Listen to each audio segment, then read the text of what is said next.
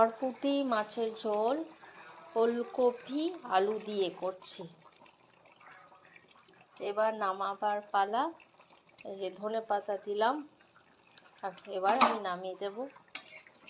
তো মাঝে মাঝে সবজি দিয়ে আমি মাছের ঝোল করেই থাকি। আপনারা এমনি সবজি দিয়ে মাছের ঝোল করেন? আর ফুলকপিও দিয়ে করি। আজ ওলকপি দিয়ে করছি, যেহেতু ওলকপি নিয়ে এসছে তাই।